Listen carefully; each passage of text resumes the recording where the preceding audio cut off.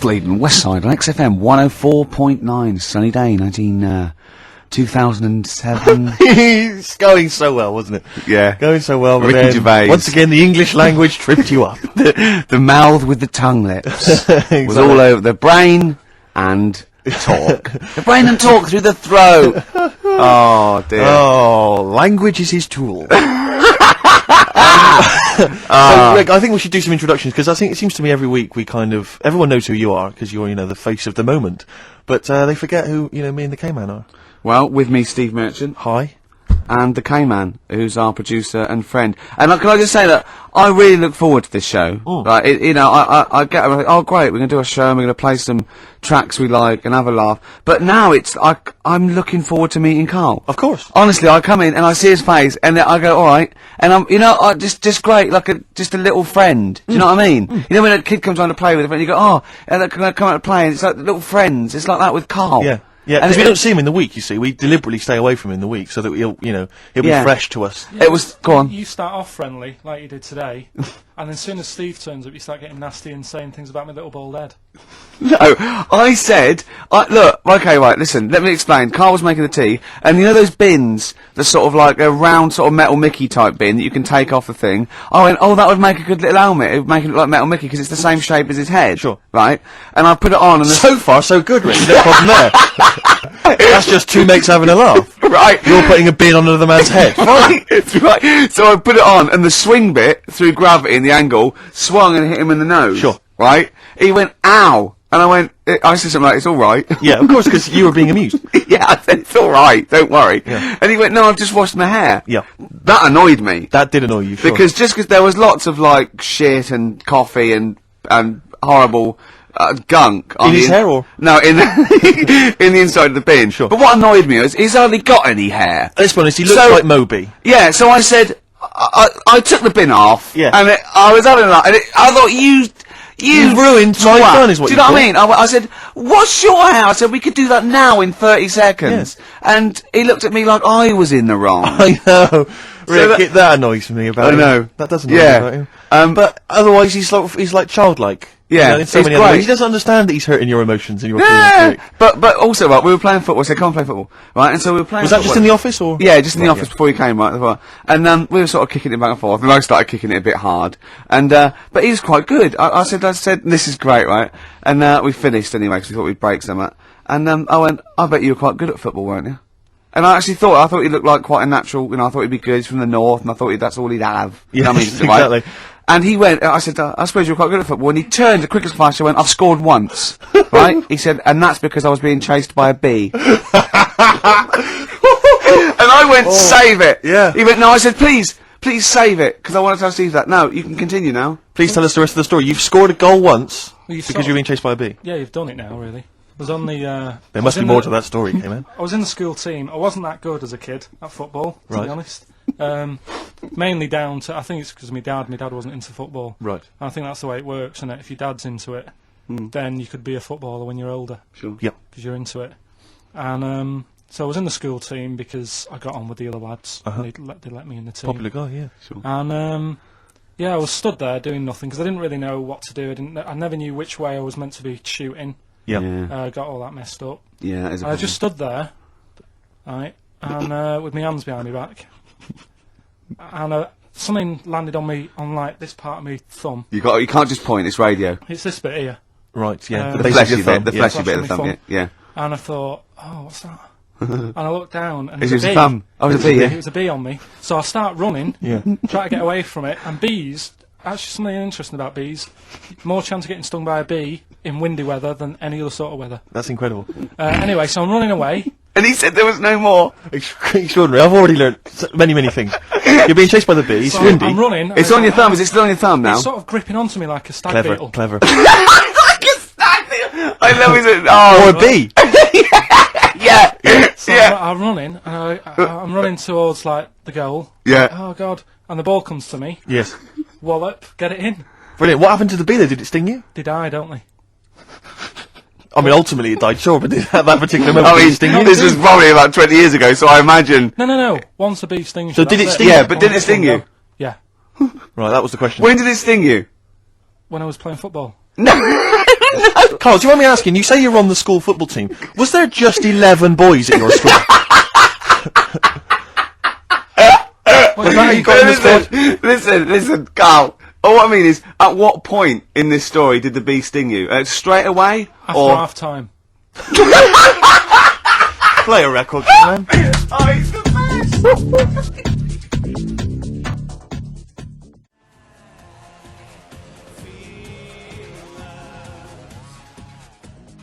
Depeche Mode, I Feel Loved, on XFM 104.9. It's about 17 minutes past 1 on Could I this just- Saturday. Go on. Will never interrupt me when it's going that well. Sorry, I don't know what I was thinking there. That was my record. That was about 4 or 5 sentences. True. They I don't know had what I was thinking. I was semantics, bored of it. syntax, there was capital letters, full stops, Yeah. grammar, You didn't everything. even get the time out, did you? What Why? time was it? Quick, what time was it? I interrupted, 17 sorry, I minutes should know. past. I was so eager. 1. XFM 104.9, I'm Ricky Gervais. With me, Steve Smirch, Merchant. Smirch. and the K-Man. The K-Man. We're all giving ourselves nicknames now. Yeah. Can I just clear something up? This is only a very, very personal thing.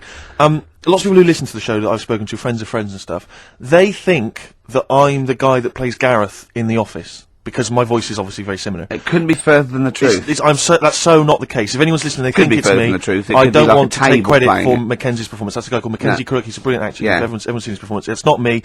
Admittedly, he has loosely based his accent for the character on my accent, because obviously it's a comical accent. We all admit that. Yeah. We'll agree with that. But that's it. That's where the similarity ends. Yeah. All Mackenzie's right. a good-looking fella, isn't he? He's a good-looking lad. I mean, that's not You're not a having to dig at me. I know, because you're saying I'm a good-looking guy as well. You're just You're- saying we're two differently good-looking guys. Yeah, Carl, it's all people are all different looks. I mean, you could say Brad Pitt's good looking, and then you could say George Clooney's good looking, and they're both great looking blokes. They don't look alike. Exactly. So for me to say Steve and Mackenzie aren't alike, Mackenzie's a good looking fella. Exactly. You know, just that mean if you that- did it just a says Venn I'm a good-looking guy in a diagram different there, they weren't mutually exclusive. There would be a crossover of good lookingness. Yeah. and I'm that in that pool with Brad Pitt and George Clooney. Wow. Well, it's quite a big pool, Rick, and I'm in there, certainly with them. Yeah. Not. Yeah. I mean, I'm in one of those Venn diagram circles. You are. Yeah. You're over this one. See what's in there? I noticed that's a separate one, floating off from all the others. Yeah. Lizards and parrots. Ah, right. Okay, Right. so it's but- good to be included in something, though. It's good to be part of a gang, Carl. That's very important. Yeah. I think that's cleared up. Depeche Mode Good. there, and I Feel Loved. Who'd have thought Depeche Mode would have been that huge? I think I've seen the little lads from Basildon with little plinky plonky sound. I thought that'd be it. They'd be like Visage or something. That'd be it. And now they're stadium rock fillers. They're Yeah. huge. They conquered America. You went through some hard times. You came out the other way. And well done. But see, I think what you just said there is a very good example of why they are and why certain other bands aren't. Because if you think about it, for me, you see, whenever I think of a band name, if I see a new band's come along or whatever, I always use a very simple test, which is, can you imagine that you're the announcer at a huge event? Maybe it's like broadcasting around the world, like Live Aid or Nelson something. Mandela Or it's a concert. Nelson Mandela Freedom concert. Yeah. And you can imagine someone He's there. He's there. Nelson's there. Yeah, Everyone's with the there. Spice Girls. Oh, they're all there. But you can imagine someone saying, "Ladies and gentlemen, please welcome to the stage, Depeche Mode." Yeah. Ladies and The gentlemen, Rolling please- Stones. The Who. Exactly. But you can't imagine someone saying, "Ladies and gentlemen, please welcome to the stage, Visage." Ladies You know what I and mean? gentlemen, will you please welcome our headline act? Welcome Idlewild. Exactly. Ladies does- and gentlemen, please welcome to the stage, Ned's Atomic Dustbin. It doesn't. Do you know what I mean? You just know. The that Levelers. some bands aren't going to make it. Ladies and gentlemen, please welcome to the stage, Mega City 4. Do you know what I mean? It's So it's just a simple test. We'd like you to do that at if home. you're thinking of starting a band, or you've just named your band, you're Yeah. just beginning, just phone in, tell us, or email in, tell us what your Yeah. band name is, and we will do- use that simple and test. we will do the test. Ladies and gentlemen, will you please welcome to the stage the Franken Walters. Jimmy Eat World? Ladies and gentlemen, please welcome to the stage, Cooper Temple Claws. I don't think it's going to happen for those lads. Here's a good It's one. a simple test, anyway. But 100 email, reasons, please welcome to the stage. 100 reasons. 100 reasons I think would work quite well. We're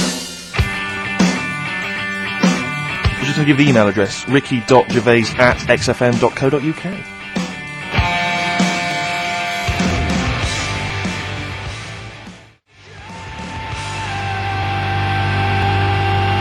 Reasons, if I could.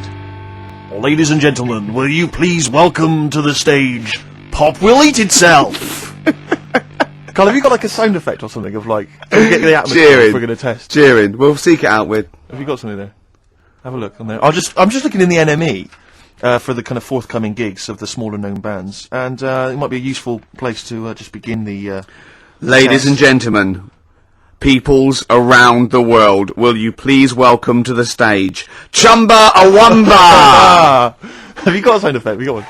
Nice, yeah. Ladies and gentlemen, will you please welcome to the stage the Parkinsons? They're playing in Leicester this week, so I look forward to That's them. a good plug, isn't it? Let me see who else. If anyone wants to pop down to Leicester to see the Parkinsons. Ladies and gentlemen, please welcome to the stage Cyclefly.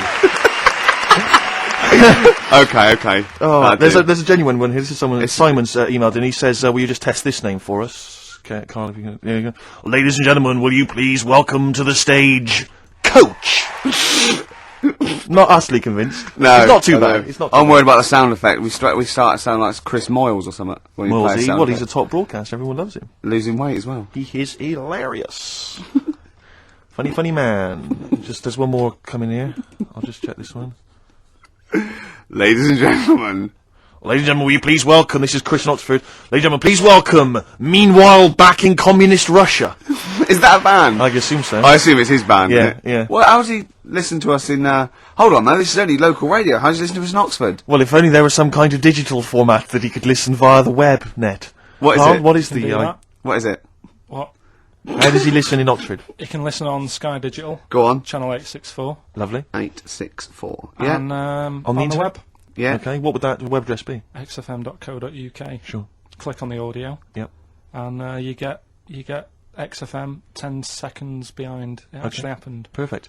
Just out of interest, what's the point of saying that if they can't sort of get us in London to listen to that because they won't be, unless they're either in London, so they won't go through this nonsense, or they're in Leicester and they can't hear us saying Sky Yeah, Digital. we haven't thought that through at all. And Because you might work in London for a bit and then have go back and spread the word. and like leave, Yeah. Go back and spread the word. Disciples. move back to Leicester, Yeah. tell your mates. Yeah. Soon, any number of combinations. Soon, XFM is the most listened to radio station in Britain. Yeah. What we need is people on Radio 2 to give it a plug every day. That'd be ideal. Yeah, or Radio 1. Yeah. Yeah. Any of the big rivals. Virgin.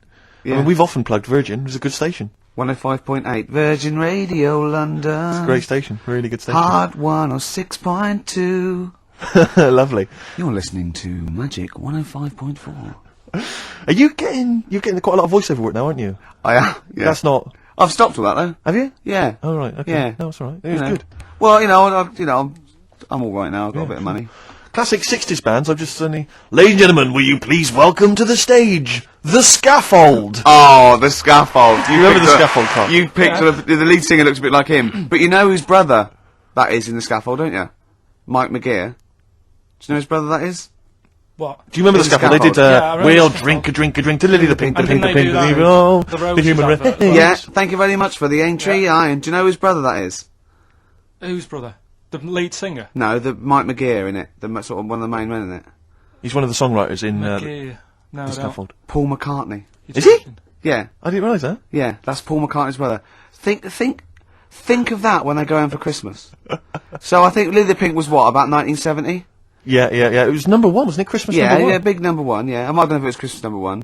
Two Little Boys was 1969. Last No, it definitely was number one. Yeah, but I don't know if it The was Scaffold Christmas was. number It was one. because I remember I did it in Really? St. Louis, Yeah. Wow. So they go home at Christmas, and Mrs. McCartney goes, "All right, boys, how are you, Paul? How are you doing?" "I'm just starting a new band called Wings." "Yeah, oh yeah. So this is Linda. All right, yeah, sit down."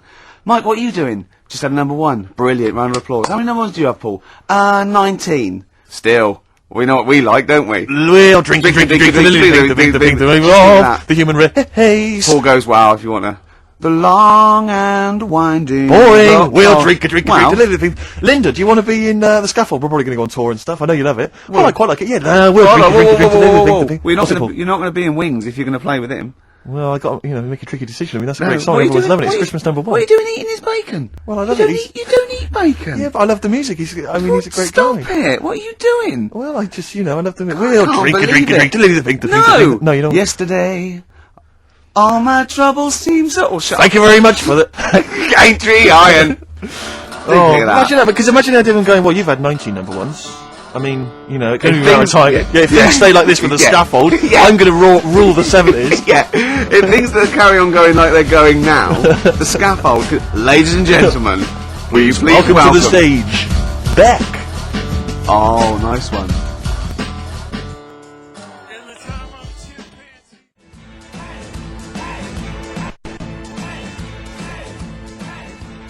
Dandy Warhols. Ladies and gentlemen, please welcome the Dandy Warhols. There you are, it's Get off. never going to That happen. sounds like Levellers crossed with Wonder Stuff. Rubbish, isn't it, really? I mean, Well, it's fine, it's chirpy. It's a and nice old song, but it's it's not... It's that thing of it's just not essential. You I can't just love don't it. really need it in your life. If it never occurred, you wouldn't mind. Yeah. You know? You know what Carl just said? Go on. Were you listening? Not really.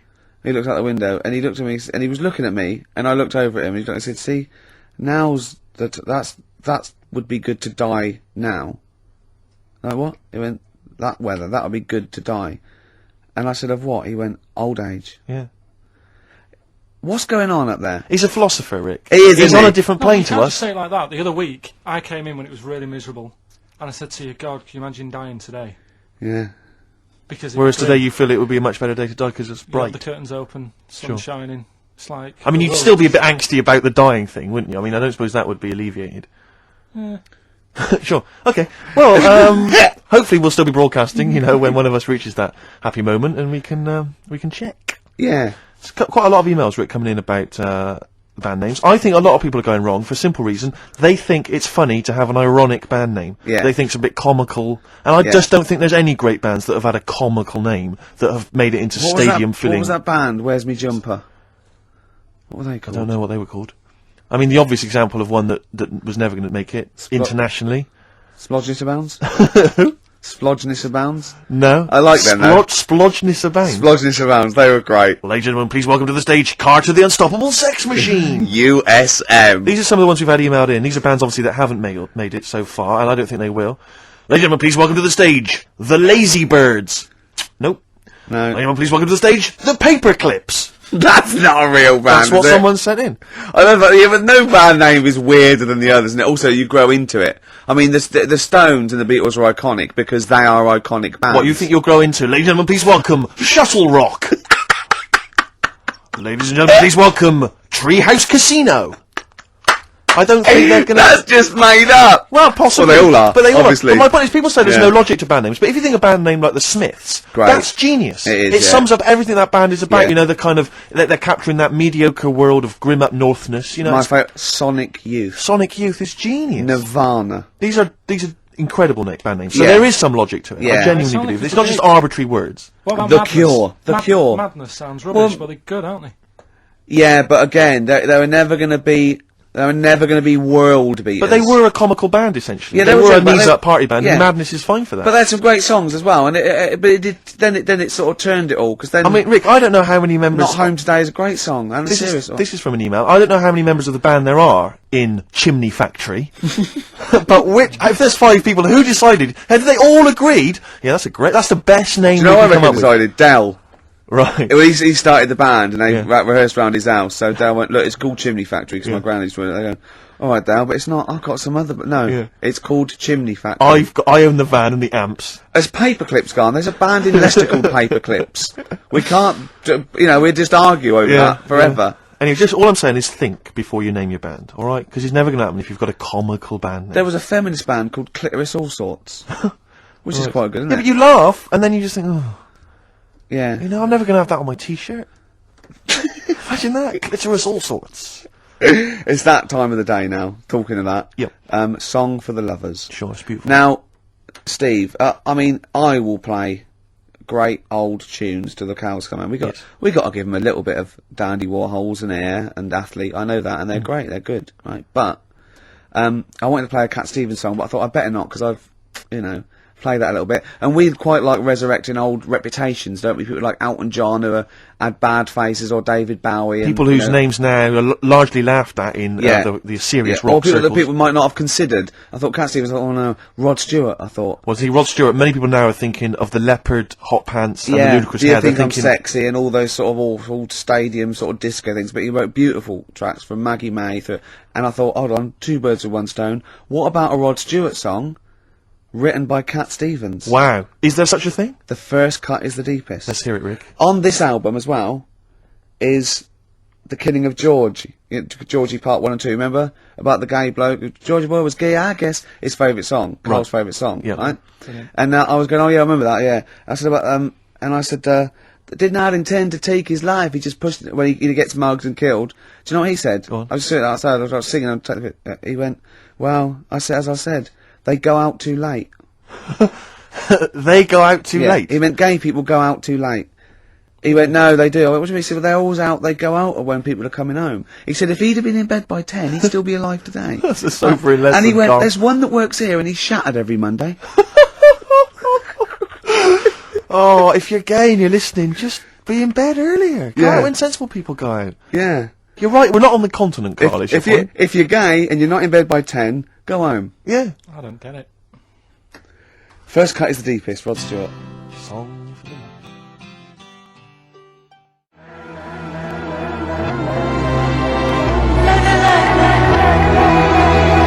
Air, Don't Be Light, XFM, 104.9, 5 to 2. Absolutely. Ricky Gervais with me, Steve Merchant, Smirch, Smirch. the Smirch, The Smirch. and the K-Man, KP, Karl Pilkington, the K-Man. Pressing the buttons. Yeah. See that in Heat this week? What was it? About the campaign to stop Karl going back to Manchester. You know, because he's a miserable sort of northerner who goes, London's crap and I want to go back up north. Yeah. And I only need 40 quid a week to live up there like king and all that sort of Yes. rubbish. Right, well, Boyd from Heat, well, we met him at the, that award ceremony. Oh, yeah. And we were saying about, oh yeah, he really enjoys Karl. He's getting a lot of people people love like him, people love Karl. him. And I was going, oh yeah, but he's thinking of leaving. He's going, oh, start a campaign. And he did, and he put it in there. So the campaign, so write in if you like Karl. If you think he's really annoying, then we'll stop talking to him. Yeah. But I mean, I like him. I love him. Yeah. Have you ever read the White Van Man column in The Sun, Carl? seen it, Are you yeah. familiar with this? This is where every day in The Sun they interview a guy who drives a white van, just, in order to get the kind of voice of the man on the street in the paper. And he has to answer, or just give his opinions, really, on events that have made the news each week. Just thought we could maybe throw some of these at you, Carl. Go on then. Because we know, to see what your views are. Yeah. So, just the first thing that comes to your mind, the sort of, your initial reaction to each It's of just these... top all things, but you don't need to know about them. It's just your philosophy on it. Yeah, so just your views. You know, yeah. I have had a few days off this week, remember, so I don't know what's going on in the world. Yeah, I mean, you stayed in London, though, didn't you? Yeah, You You travel didn't anywhere. bury yourself, did Yeah. you? I normally see the news, but I didn't this week. Okay. So, what was your view on Will Young beating Gareth Gates in the final of Pop Idol? Don't like him. You know what I was thinking about when I was watching it all the way through? Yeah. How he looks like he's got a wire coat hanger in his gob. That sort of... Right. Again, it's radio, Carl. Radio. It's a great So face. The funny face you're pulling doesn't Yeah, even translate. and, a radio. And that's a problem for you, is it? And just the way he's from a really rich family. I opened up the paper on the Monday or something, and it had like, oh, he went to a posh school and he's got loads of money already. Yeah. It's just a bit... Okay. Right, now, what's Okay. the second All right. question? There have been huge rises in street crime, especially muggings and carjackings. What's your view there? More youth clubs are needed, aren't they? You think more youth clubs? I like that. No? Okay. I like that because it's so 1950s. Yeah, it's sort of like you want a bobby on the beat that'll clip Yeah. you around the ear. So once they've come Is out of it- national service... yeah. No, I love that. And if you find someone smoking a wood bomb, you make them smoke 50. Yeah, exactly. Oh, this is great. That is great. Did you used to go to youth clubs? Yeah. And they kept you out of trouble? You used to get into a fight afterwards when Sure. you came out. But for the sort of hour and a It half was you were alright. there? You had a bit of pool and some boxing and Yeah. a bit of pop. Yeah. So more youth clubs, that's good. I love him. I love him. If you're at home, just make notes because this is brilliant stuff. Honestly, you won't hear more honest, from the heart Exactly, stuff opinions. than this. This is great. Go on. This is not pre-planned. These are your direct responses now. Oh, as you hear these. I promise you, Karl did not know what we were going to do. He never knows what we're going to do, and he always answers honestly. That is the beauty of Karl. What is it's your not view- an act. Go on. What is your view, Karl, on New York's former mayor becoming Sir Rudy Giuliani? Sir Rudy Giuliani. Is he happy with it? He appears to be pleased with it. Let it go ahead. Fair enough. Okay. Go ahead. Oh, he's genius. Okay. Is he happy with it? He's like your nan. Yeah, yeah. Is- What do you make of Michael Greco's character Beppe being axed from EastEnders? Problem for you? The whole soap thing. What's it's back in Coronation Street, isn't she? What's her name? Who? Bet Bet. Lynn's. She Yeah. thought she'd go off and be a bigger star. Yeah. All went wrong, and now she's coming back. Yeah. Yeah. Always happens, doesn't it? Beppy will be back. Yeah. No one really cares. Sure. What And the was, final what was one. the van reply? That was the guy. The White Van Man says, obviously they feel the character has run his course, but I think he's a pretty good actor and I can't understand why. So, I mean, obviously there's a White Van Man there who's also got an opinion on script development. The through line, yeah. Like the narrative through line of soap opera. The 12-week narrative, the arc really shows It's itself just up. the two last ones I want your opinion on here. What do you make of a cat that's been cloned in a secret 2.5 million research project? To find out what? If What, they to can clone clone it? cats, yeah. Have they had to hurt it? Sorry? Have they had to sort of hurt it to do that? Have they had to hurt it? Yeah, or is it just scraping its tongue for some stuff? I No. think the cat's fine. The point is that they're cloning another creature, which is potentially very dangerous. Have you seen that film where they bring Hitler back? That cat, what if that cat turned out to be a world dictator? Exactly. What do you reckon of No. cloning generally, Carl? You concerned about it? When they're cloning for organs, I you know, don't they just grow them for the, you know.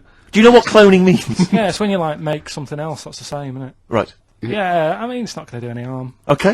And Great. and finally, When you on the World Council. yeah. Finally, what do you make of some city workers who were caught bonking in the glass lifts of the Lloyd's building? What do I make of it? Yeah. Is that a problem for you? Do you think that's unprofessional? Was it the lunch break or? I think it was lunch break. It was Yeah. their It's own. all right. It's their own time. I think fair enough. It only takes 45 seconds to go from the bottom to the top. Is that a problem? They moved quickly. They acted, on instinct. You think fair enough if that's their natural instincts and they're both consenting? You think fine? Yeah. Okay. Thanks very much, Carl. Thanks Alright. very much, Carl. Carl, Right, we'll have Steve, more of Carl's world-weary opinions next time on the show. Listen, I want to play a track that I love. Nick, if that's all right. I can't wait for this track. It's by a great band. Just going to do it before Steve does this. Coming up, we're going to give away a great game. I'm sort of clearing out my flat. We're tidying out, and then we've got a lot of junk there. And we're going to give away a great game coming up. You've seen it, Steve. You're excited. I'm looking forward to that. Look It's a board forward to game, that. is It's a it? board game that we're all going to sign. It's going to be Brilliant. signed by Jerv Smirch, KP the K-Man. So From- you could win that. The classic album Copper Blue by Sugar. Listening to it again recently, reminded how good it was. Yeah. This is the track Hoover Dam. Play it.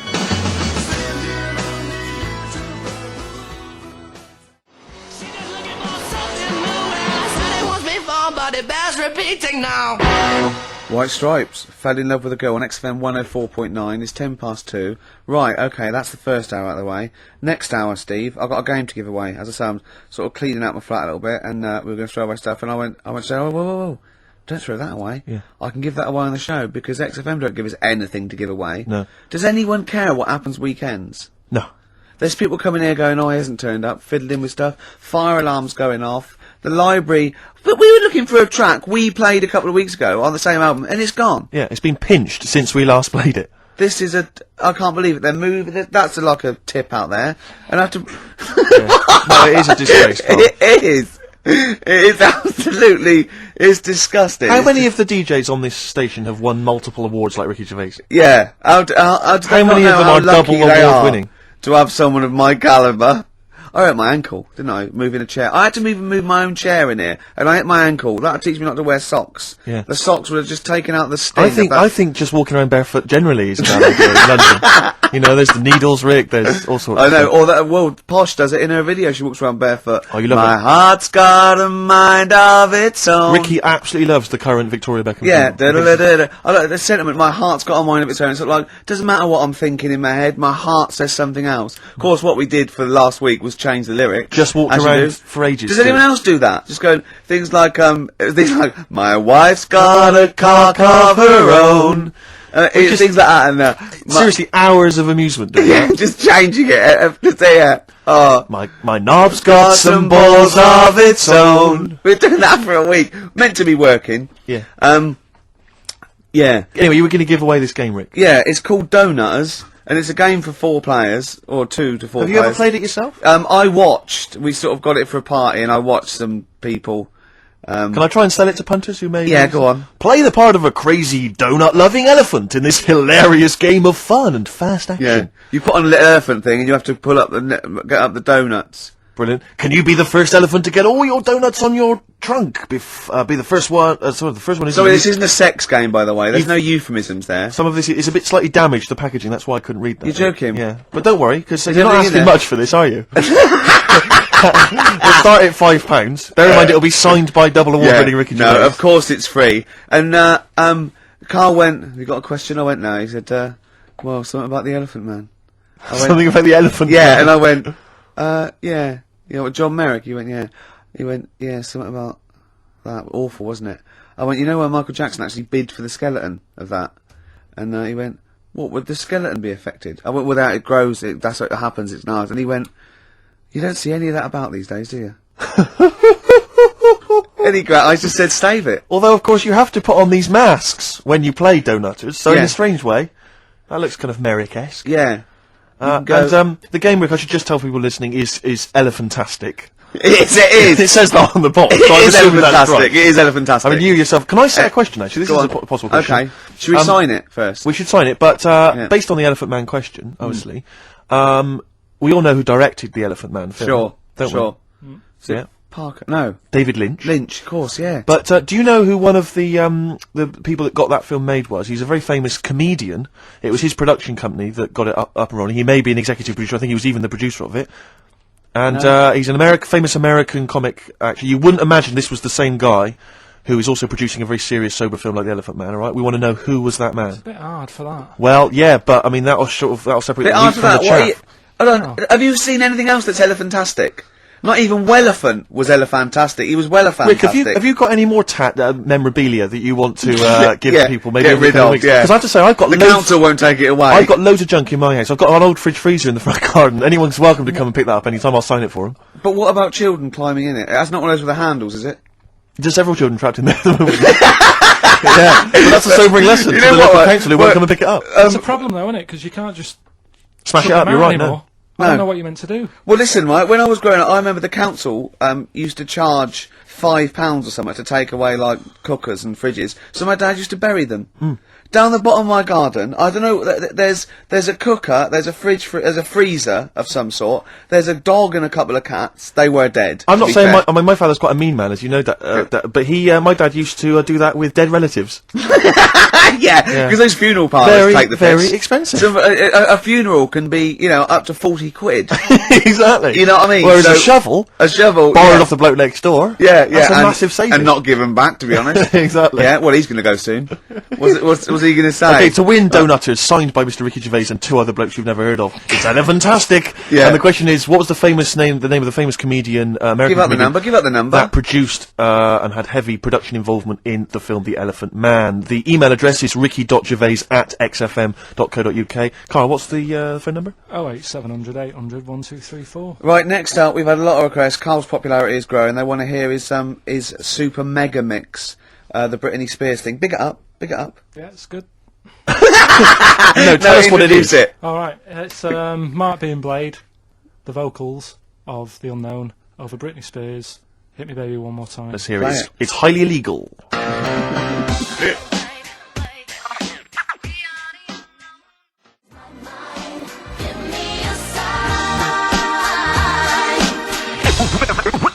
We're fantastic. Go on then, back announce it, Karl. It's yours. Go on. That's Mark Bean Blade there with a bootleg. And what's it called? You called it something, haven't you? You cleverly called it something. What did you call it? Nick this record one more time.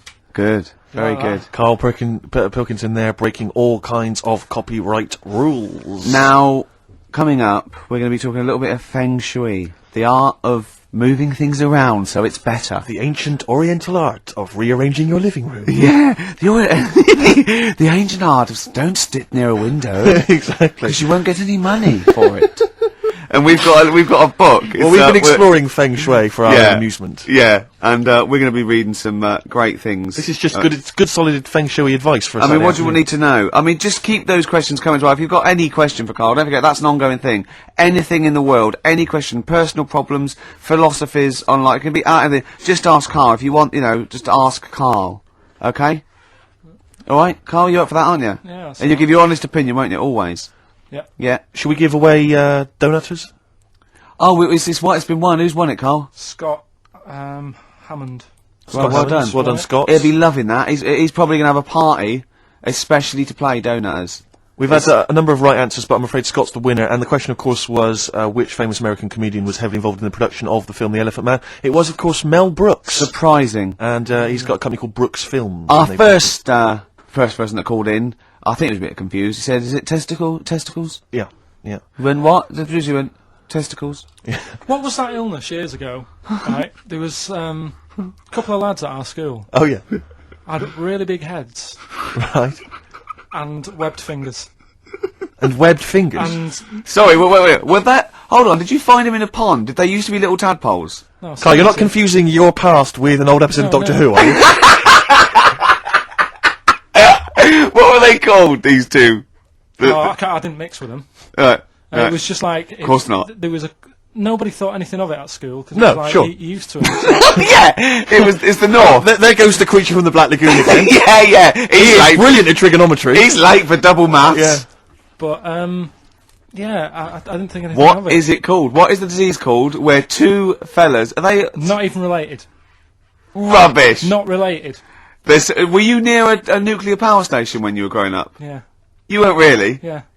God, this explains so much. This has got Well, a I bit don't heavy. think that's it. Hey, talking of enormous heads, Yeah. you were at the Pop Idol final, weren't you, Rick? You went Yeah. down there just because obviously Rick's a huge fan of Pop Idol. He wanted to be there. He wanted to give his support. Quite seriously, there was no irony there. We were Yeah, he having a genuinely great is a time. fan of it. And he was. You sort of had photos taken with various people, Yeah, didn't of you? Because course. you were a bit drunk and you wanted to have a Yeah. memento of it. And it's obviously Yeah. a picture of you with Fat Man Rick Waller. Yeah. Yeah. But the best one is a picture of Ricky and his girlfriend with Dr. Fox, Yeah. whose head It's twice the size of of mine. any other head. It's quite remarkable. I He's don't know like how a they make barrel. He's a lovely bloke, and he was really nice to meet him and everything. But and he looks like an immaculate tan. And he's always happy, and he's he's. It just looks really on the good. picture. It looks like someone you might see in a carnival who's built a huge papier-mâché head, and it's just we're like Frank Sidebottom, just sort of walking on the road. It's just incredible. Dr. Fox didn't used to go to your school, did he? He used to hang around with a mate. They were great swimmers. They were brilliant swimmers. Oh God. Have we got another song lined up? Yeah. What are we going to play? Bit of Pheromone. Bit of who? Pheromone. Let's hear it.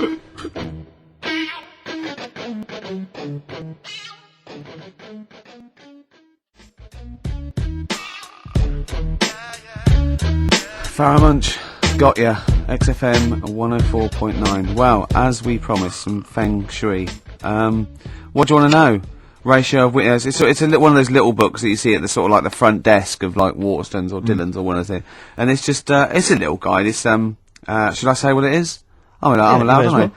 Lillian Two's little book of feng shui. And obviously you can't go into it in depth, but it's some little, Just some little sort of nuggets, I suppose. yeah, isn't it? ratio of windows. The ratio of windows to doors in your rooms should not exceed 3-1. Too many windows calls all your luck to seep away. Obviously. Hello! It is also better not to have windows on the wall opposite the door. Is that the case in your place, Carl? Because you may need to brick that up when you get back later. I always remember, I used to work nights, Yeah. right? And it was when my brother just sort of got kicked out of the army. Yeah. And my mum and dad went away on holiday, so he was staying with us. He's got to write a book, this bloke. You have got to write a book, Carl. Go I on. came back, Yeah. and there was women everywhere. There's women in every bed in the house. I thought, where am I going to sleep? Had he set up a brothel? What? So no, it's just a bit of a one. That's so- impressive, though. A girl in every single bed. I mean, He was mad. So I slept on the sofa downstairs, and I didn't sleep that well. yeah, But I slept on it before when it was facing a different way, sure. and I had a good sleep. So for you, that's So- proved the worth of feng shui. Yeah, I think there's something in it. Did you honestly think there's something in it, though? Yeah, I do. Yeah. Okay, well, just read a few of the others, Rick. Okay, well, it's, Just- it's not big. I think most people know this one. Display the three-legged frog for luck. Look for a three-legged frog. You can buy one from any Chinese supermarket, and place it in the vicinity of your front door, facing inwards as if it has just come into the house. Don't place the frog facing the door! Please. Oh, come on, people. What Think are you- before you place your frog. I mean, this really is... I mean, but... What's the last page? Because that will be the most important one. Do you reckon? the last one I The wealth vase. Make a wealth vase and keep it hidden in your cupboard. It can be made of gold, crystal or glass. Can I just suggest something? If you've got a vase made of gold, you're probably alright for money anyway. Yeah, sure. Sure. But this is the wealth vase. How to make the wealth vase? Fill it with semi-precious stones and with soil taken from a rich man's garden. So just find the soil of a rich man. Take some soil from the... This is like bury a piece of steak and the wart will go. Yes. I have a tooth of frog. This is... It's the one where with the gods. Can you find that one? Oh, where's that one? Yeah. What do you make of feng shui, Carl? I Is it think something you it's, believe in? Well, like I said, I didn't sleep well on the sofa when it So was for facing you, the that's other way. proof So positive. yeah, you've got to get it right, haven't you? I'd like Carl to read this out. Okay. Yeah, do you mind? Read it out. Just read it out loud. Which one? Yeah, the gods are here. Right, okay. Just read that. That's such a good Invite bit. the gods Yeah, of wealth into your home. yeah, The Chinese have several gods of wealth, yeah. which they display in their homes to attract what? Prosperity. Prosperity. Oh yeah. Yeah. My personal favourite is TCS Chi Yi, Yeah. who sits on a tiger. He sits on a tiger. Yeah. Okay. Wait. It's pretty difficult to find this fella. Yep. If you could use Kang Kung or the 3-star gods, oh no. Read him out. Read out the names of the star gods. FUK. Read it out. no, Just sir, read he's it a out. god. It's a He's a Chinese god. god. You're He's a allowed to Chinese say god. Chinese god on the radio. No. You are allowed to say Well, if you're allowed to Chinese. say it, you say it then. Well, look. You're so immature. Read the three of them out, Rick. Okay. If he is difficult to find, you should use Quan Kung or the 3-star gods, Fuck, Luck, and Sao, all of whom bring wealth and prosperity. Now, what were the names of the gods again? Because if I'm making a note at home, Rick, Well, I better... it's the Chinese god. Yeah, there's Quan Kun, or you can use Luk Sao. Or You can't. what? But it's a god. FUK. That's how it's pronounced. Yeah, I assume. I don't know if we're pronouncing it wrong. I really Apologies apologise. if we're offending anyone who's of an Oriental persuasion. But that's Quan Kun or Luk Sao or Fuck. And any of those gods are available at a Chinese supermarket. Near you. Yeah. That's Feng Shui. It's an ancient art. You can't give me that look.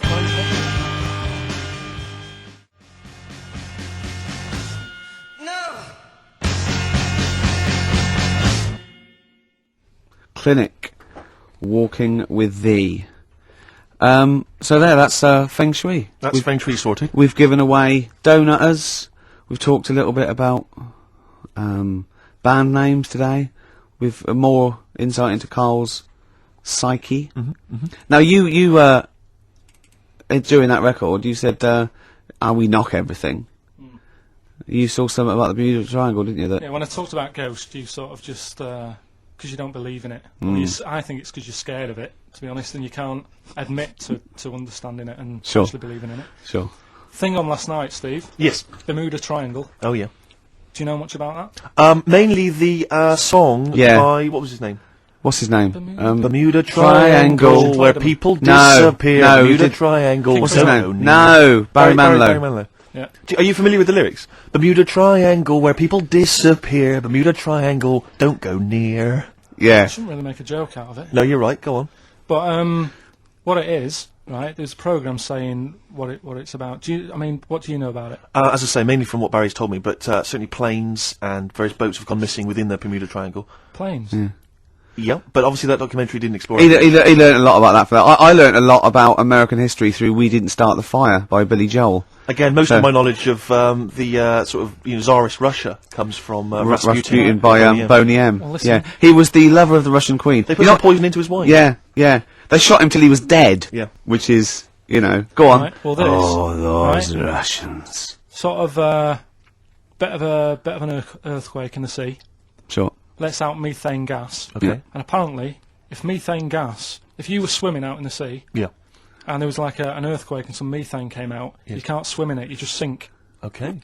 Even if you're a good swimmer. What happens if you're two lads from your school and they Big heads. Yeah, that's like a buoy. Doesn't So you can work. see them a mile off, No, no, and no. their webbed hands would get them into shore. Because they did actually say even if you're wearing a life jacket, if the water's full of methane, right? You just methane, sink. You just sink. So what it's saying is boats have gone across the sea, got a load of methane in the sea, and the boat just sinks. Right. What about the planes? Is it them sort of planes with little sort of floaty things Could on? be. That'll be the sort they've landed in the sea. Right. And methane's coming. Well, sorry, Carl. What did the documentary say? Not I Yeah, imagine. your hypothesis might be one Yeah. thing. What did they say on the They didn't documentary? cover that bit. They didn't, Didn't do cover the planes. They didn't do the planes. Something else they said about it though. Go on. Loch Ness, the monster, Sure. probably doesn't exist. Okay. What Oh. it is, Interesting. Hold on. Interesting. Oh, interesting. Is- What they thought the Knock Nest probably didn't exist. Curious viewpoint. Hold on. What proof have they got for that, Carl? How can they go around saying stupid things like that? it's methane, Right. Again, in Loch Ness. and people have seen. What's the lake it's in? Loch Loch Ness. Yeah. It being the Loch Ness monster. Yeah. Yeah. That's where it lives. That's how it finds its way That's, home. that's You're certainly never the gonna clue. learn. Yeah, If you get again, Carl, yeah, that's the clue. Yeah, if it go, and it's if it's out wandering, it goes, "Excuse me, Would you know where, I'm being the Loch Ness Monster, where would I be going? Oh, you'd be going to the Loch Ness if that's your home. It's away over there, you So big anyway, monster, you. So the bubbles from the Sure. methane bubble up out of the water. Yeah. People think, oh god, it's a monster's head. But it's not, it's just water sort of shooting up because of the bubbles. Well, that's two of the great mysteries of the universe solved by Carl P on a Saturday afternoon. That is I like. fantastic. Yeah. So, that makes me think a lot of things. So, you know when mediums are sort of like going, oh, I've got something coming through. Do you think they are exhaling a lot of methane gas? And thus making them not think straight? Do you think everything's down to methane gas? Do you think that all the mysteries of the universe are down to methane gas, Carl? What did it say in the documentary you saw? About what? What was the budgie happy? We know that budgie was sad. Was it in a room? Because they used to take canaries down the mines, didn't they? They used to take canaries down the mines, they'd smell the methane, and then the budgie would be happy. I'm not going to teach you anymore. Play a record. The long and winding Should we introduce this, shouldn't I? Go on then. Oh, it's Beatles, Long and Winding Road. Smooth. Are we getting paid for this? and winding road.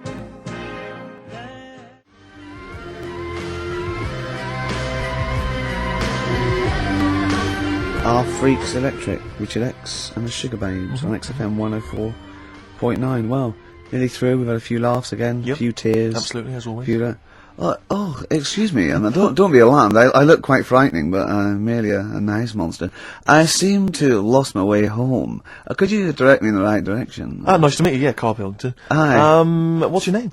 Why do you need to know my name? Well, it might help me to find out where you come from. Oh, my name's the Loch Ness Monster. Okay, all right. Give me a second. What was your name again? Loch Ness Monster. See, this is what I mean. When you came in, you're all over me. Like a rash. Being nice to you. Yeah. Gets towards the end, you get nasty. It's the phone. Answer it. See who it is. Can you give us a second, listeners? Just amuse yourselves for a moment. We're Who just is it? speaking to Carl's just on the phone there, speaking to someone. We'll just keep you abreast of who that is.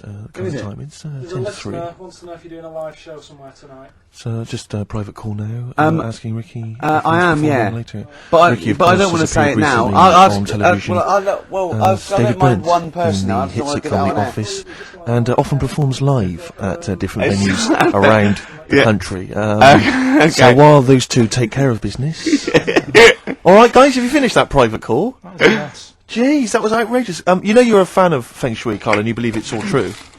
I just run this one past you just on the off chance. Yeah. Because it may be that you change your opinion slightly. Yeah. Feng Shui teaches you to use your environment wisely. Sure. If your land and the surrounding area is undulating, it's said to house auspicious dragons. When land is flat and featureless, the dragon is missing, and the land is said to be less auspicious. Excuse me, they call me the Brixton Dragon. Sure, sure. I seem to have lost my way. I know it's South London somewhere, but could you help me find my home? What's your name? Well, they call me the Brixton Dragon. Right, where are you from? I see what you mean. I see what you mean. Aye. Oh, the Cayman. So does that make you query it at all? The dragon? I'm not into it that much. Right, I'm sure. just saying that if you have your head at one end of the bed rather than the other, it might make a difference to your night's sleep. It's not so much Feng Shui though, is it? As sort of good advice, generally. When you went No, home, don't sleep on the end of a spike near a cliff. Good I mean that's good advice, isn't it? You know what I mean? No. when you went home and the house was full of women, why did you sleep on the sofa? Why did you not pop upstairs and sort of Into a warm bed. with a woman? Were they dressed or? Is your brother still sort of have those kind of parties or? I haven't seen him for years. Sure. Where's he really? living now? I don't know. Okay. What's his name? Mark. He's not known as like Moss Side Mark. Because that could be a clue. 10 Dawlish Road Mark. He's never out of prison long enough to get a nickname. Hey, Really? steady on, it's getting a bit heavy, isn't it? God, is this what's motivated a lot of your anxiety? Yeah. Oh, The hair loss, that sort of thing. We always go a little bit too far, don't we? They're a bit dark at the end of the show. I know. Well, it's, well, Do a sorry about request that. then for Pete. Oh, Pete wanting a little bit of Muse. Yeah, if Pete wants it. I mean, I'm not a big fan. I don't mind Muse. I've still not got over them doing that summertime song. What was it called? Nina Simone cover, wasn't it? Yeah. Anyway, listen, let's not bring the show down. No. Let's play news, and then we'll be Pete pretty in much South finished. Kensington. Yeah. Plug in, baby. Let's enjoy it.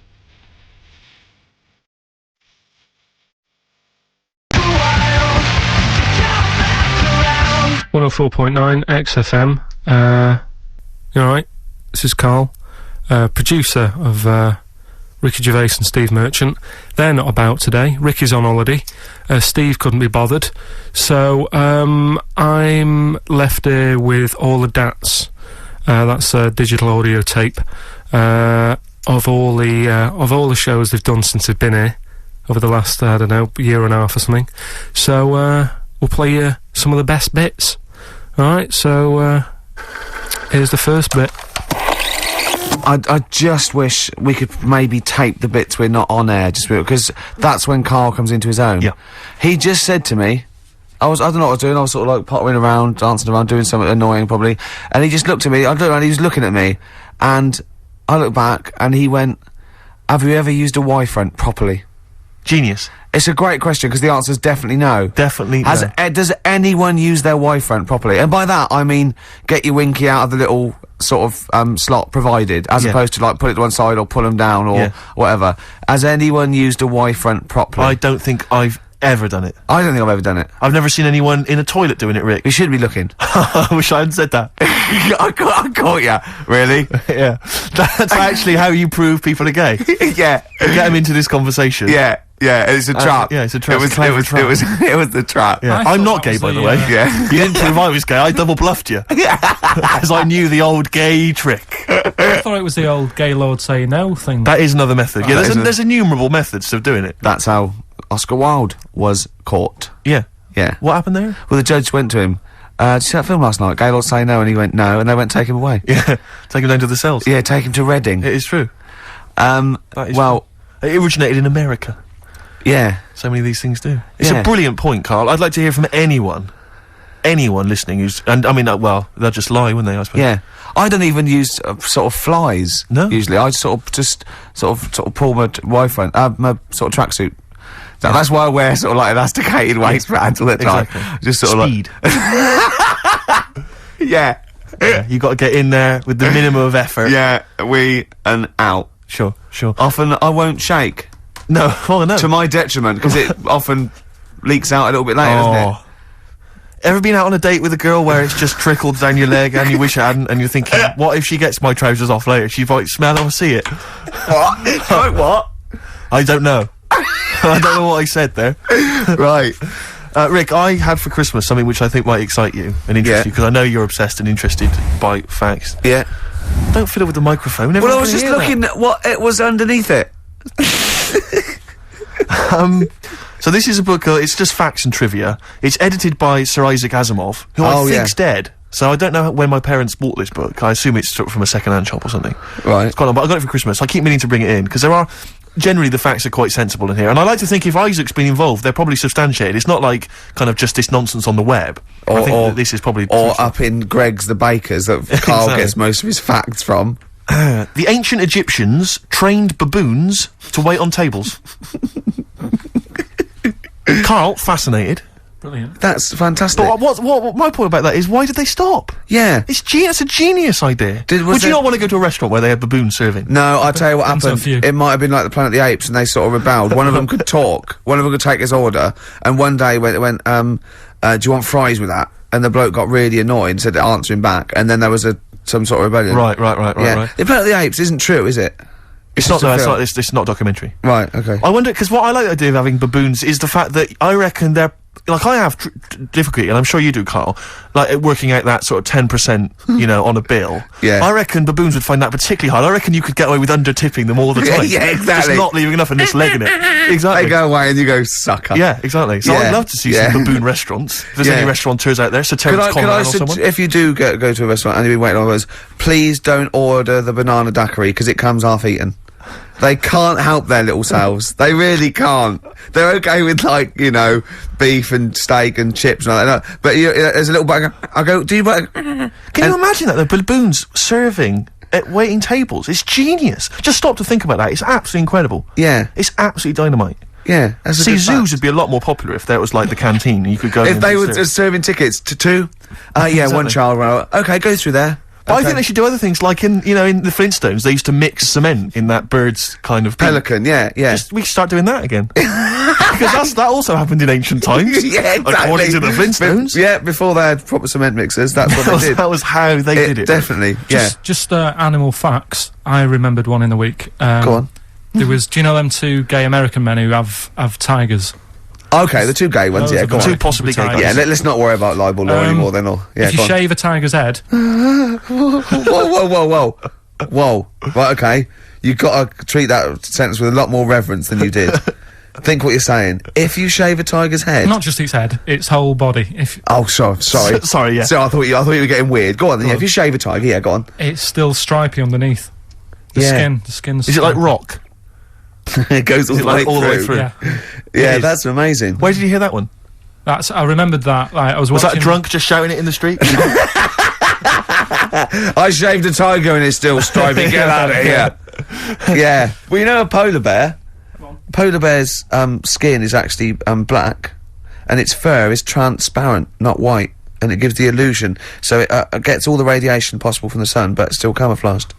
I didn't understand that, Rick. Sorry, you lost me. If its skin's black, a polar bear's skin is and black, its fur is translucent, and its fur is translucent. So why is it white when we see Well, it's just because the light hits it and the sun reflects off? Yeah, and it makes it look white. Yeah, so if you look at each individual hair, it's actually translucent. So at there, night hair. it would be black.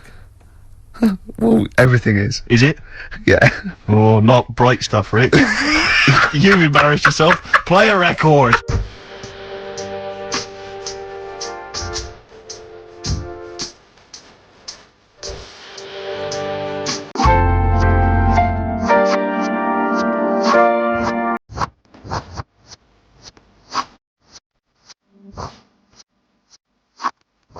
XFM 104.9, lovely that one.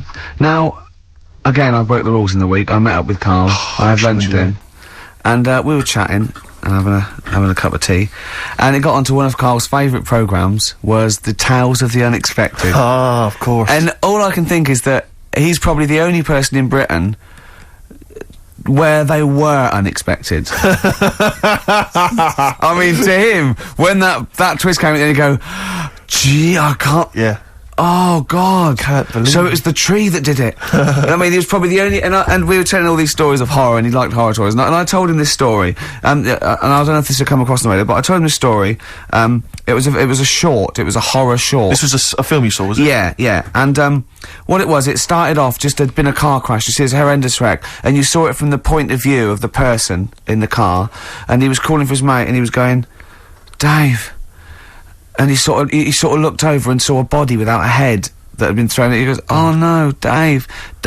And then into the field of view came Dave, his mate, and looked at him with a look of horror.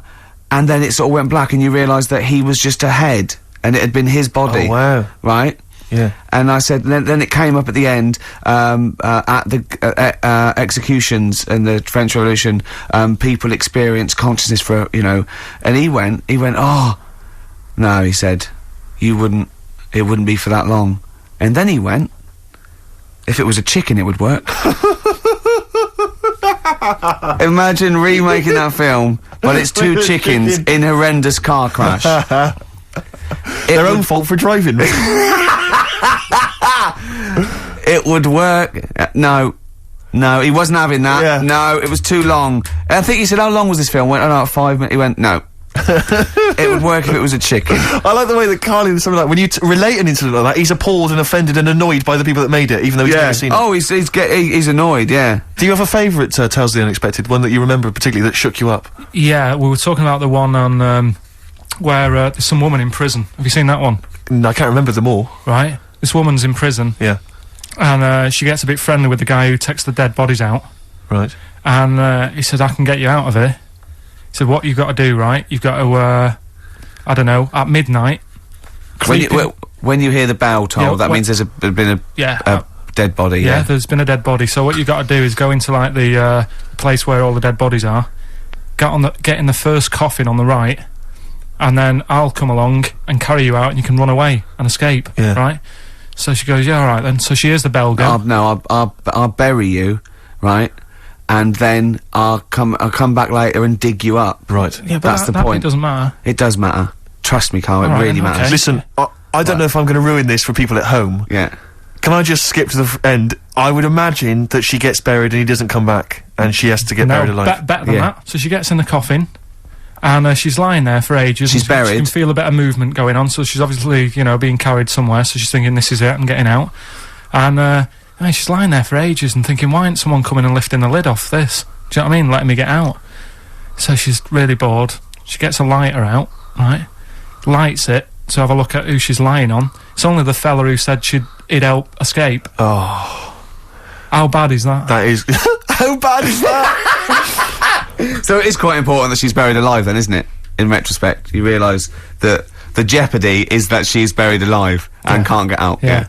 Yeah. It makes it so much worse, doesn't it, than just like lying in the morgue and going, actually, I'm getting out of here. Yeah. This isn't going to work. Look at Carl's face. Having told that, he's so pleased. His face is lit up. He's beaming like a child. Have you seen any? Is that your favourite horror thing ever? What was that one you told me about with the porn? That was a good one. Oh, this was fantastic, right? Right. There was this... Sorry, can I just check now? We're just remembering classic episodes of the Tales Unexpected now, this is important. Well, I saw one, right? I saw one on Tales Unexpected, right? And it was these two gents. What they used to do, they look down the obituaries and they'd blackmail the wife or the son of a dead eminent person, like might be a priest or a doctor, something like that, and they'd go and they'd say, he bought some erotic stuff from us before he died, and he owes 100 guineas and all this sort of stuff, and they'd pay up because it'd be so embarrassing. They just didn't want them, so they'd just pay him, right? And this one bloke said, who are these people? I'll meet with them. And he goes round there, and he goes round, and they go, your father, he goes, my father could not have bought any erotic material from you.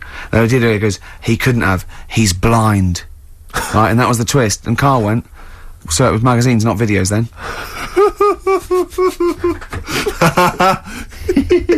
Yeah. Now think about it, Steve. Is that so stupid? Well, presumably it was set in olden times because people, professional pornographers don't tend to call it, you know, erotic material. Yeah. They tend to call it, you know, juicy jugs or whatever. But more than that, I don't understand how a video is going to be any use to a blind person either. I know that you can hear the sound, Karl. Look at him nodding like he's caught me out. Yeah, what sound will you hear? Do your meter needs looking at? Yes. Cut. What's then? What's that? Then it's just noises, isn't occasional groans. Yeah. Right. You could listen through the wall at your neighbours. He does. I mean, that's why I save a lot of money. But I thought you were going to point out, Karl, that they could have had a Braille porno. Now, have you thought of that? Look, feel the lumps on that. Exactly. Think about it, Karl. Think about it. You're excited now. Yeah. Your girlfriend's away, Karl. Yeah, the cheese grate has only entered the cupboard. No, she's a good-looking lady. Have you ever been hated to make you cry? But tonight, I'm cleaning up my closet. I'm cleaning up my closet. 104.9 XFM, hello. I'm Karl. Ricky Gervais and Steve aren't here. So we're playing through some of the best bits. I say the best bits. It's the bits I came across first. I mean, I'm not wasting my time. I'm a busy man. You know what I mean? So here's another bit. What do you make of the first genetically modified baby? Oh, are you worried about this? Do you know what did they do? What? Let me see what it says here. It says, isn't it just choosing the eye colour? Well, this is the concern, isn't it? That in the future you'll be able to decide whether it's a boy or a girl, how intelligent it is, what it looks like, is it handsome, is it ugly? Obviously, no one will choose an ugly baby, and so on and so on and so on. And so it means that where will it lead? Where will it end, Karl? Are you concerned? I've thought about this a lot. What will us three look like in the future if they're being, genetically modified, beautiful people? What will we be like? How will we be considered in society? True, yeah. But we've talked about this before, haven't we? About the cloning thing. Yeah, that's a bit weird. Yeah. But I don't think it matters because at the end of the day, right, you might look like some other kid, but it's the way you're brought up that will change your features and the way you are, your personality. If you lie, you get a long nose, don't you? Well, no, but listen, right, because I remember when we, I was growing up on this estate. This is going to be good. Go on. No, it's not. It's just an example of how this doesn't work. Go on. So we don't need to worry, sort of thing. Sure. Right? Okay. So growing up on this estate, and there was this woman about 4 houses down, right? Who's a bit rough. All right. Didn't fancy her. Oh God, no. right? But she had a Why? baby. Well, tell me about her first. I'm interested in this woman. Why was she? It was a Was very... it like being a man in a I dress? mean, I didn't grow up in a posh house or anything, and I'm not saying that if you live in a bit of a rough house, you're a bad person. What does she look like? But anyone can Tattoos? clean up. Look and like Tony Green with a fag on. they didn't clean up much, right? Oh. Which, even if you've not got a lot of money, you can still try and make Get a some place look jiff. nice. Yeah. Right? But she didn't, and a kid used to take a horse into the house. Sorry.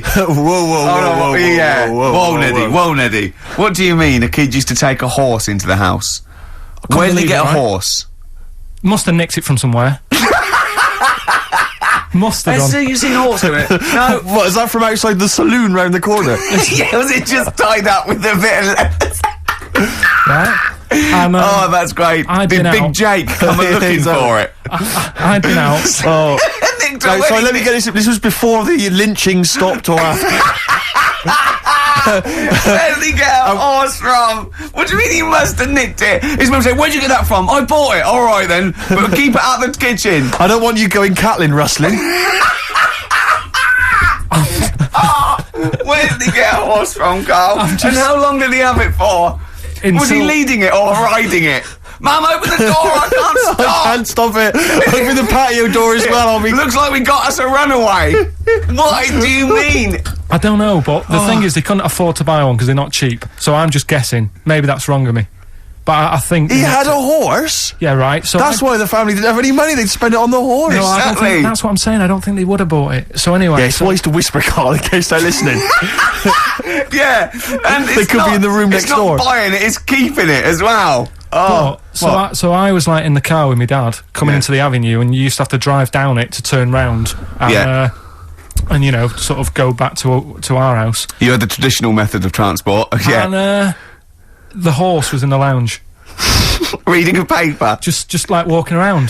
Oh God! What? And when I was doing, I tried to earn myself some money once by flogging little flowers in plastic cups. What? This is And I went- genius. It just keeps coming. What do you mean you're trying to flog little flowers? What do you mean? Wait. That's Let's another play a story. record. Let's play a record and come back to this. Wait a Because the minute, story's wait a going to minute. just Wait a minute. unravel and unravel. It's going to go on for hours. Let's It play a gets track, deeper Carl. and deeper. It's like come an on, Carl. onion, isn't it? We've created a whole world here where there's a man living with a horse. Just walking around the I lounge. mean, I come from the West Country. I've never heard anything like that. I just think of a big sort of like orange carpet and a rediffusion telly and this horse going, I'm fed up in here. Exactly. This is really... I am not taking the rubbish out again. Yeah.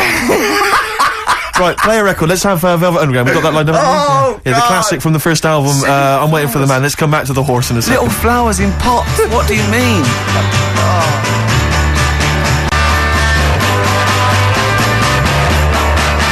From that classic first album, Velvet Underground and Nico, which apparently peaked at a disappointing 171 in the US charts. Think of that. And that's obviously Lou Reed, the Velvet Underground, and Waiting for the Man. Yeah, great track. So we were talking, we were doing White Van Man, and we got onto We got on to genetically modified babies, but and then somehow Carl started telling a story about someone with a horse, and then he got onto, he was trying to make money selling flowers. Just do the flowers briefly. Well, hang on, I just want to recap slightly. So there was a family, and who had the horse in the family?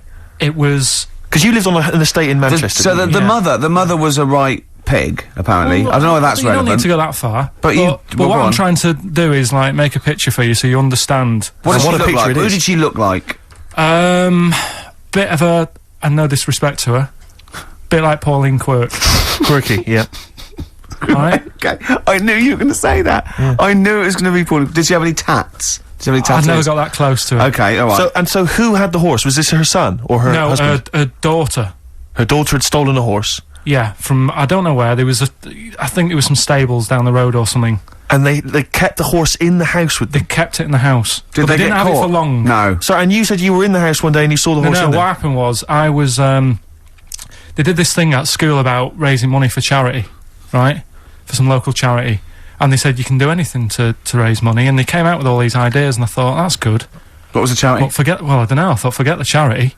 Yeah, that's I'm just a a good money charity making idea. So- You're a charity. So so I asked my mum for some because she used to have a lot of flowers around the house. Sure. I said, can I just take some snippings off them, and I'll go and buy some plastic cups, and got some soil out of the garden, planted the bits of plants in them, Yeah. got a tray, Yeah. had about 25 plants on it, selling them for 25 pence each. Excellent. Did you sell any? Yeah, so loads. Did you just cut? You didn't just cut them and stick them in the Yeah, they soil. want to survive. But I think people sort of thought, well, good on him for trying. But anyway, so I went round to theirs, because I thought their house could do with a bit of colour and stuff. Yeah. So it's a bit rough. So as I went The horse went, thank God for that breakfast. They've been feeding me kitty cat. So I got up to the door, and they opened the door, and it was one of them houses where no carpet. Yeah. A horse in the living room. You know. We've all been there. And the horse was walking around the living room. I looked quite happy and everything, because I always say that about animals. Black Beauty right? was on. Yeah. Well, think about it, right? If you were a horse, where would you rather be? In a little wooden hut with a load of hay, or in like a house with a Central heating. 3-piece suite and Sure. a telly and that? Telling you that! No, but I was saying this the other day, And an Atari. right? I was walking through London the Commodore other day, 64, Yeah. rubbish. Exactly. walking through London with Suzanne, right? Yeah. And you know, like homeless people always have dogs. And Yeah. she said, "Oh, I hope she looks after it." I said, that dog is happier than most dogs, Right. because people always walk past and give it a pat on the head. Yeah. It's with its owner all the time. Yeah. It's out in the open. It's not locked up in a house. Yeah. It doesn't You know what I eat, mean? but other than that. No, it does eat though. They're always all right. So that's what I was saying. I think this horse was doing all right for itself. Do you know what I mean? Well, not many horses have got their own house. Exactly. For a start, yeah. But anyway, that's That's what by we the were talking by. about. Yeah. So anyway, this family, who's a bit what we were talking about. It was about cloning. Genetically modified kids Yeah. and all that Yeah. stuff, yeah. Right, now what I'm saying is, you could say, you know, right, Steve, you could have a baby, right? And Ricky could see it and say, God, I want one that looks like that, Yeah. right? It could happen, Rick.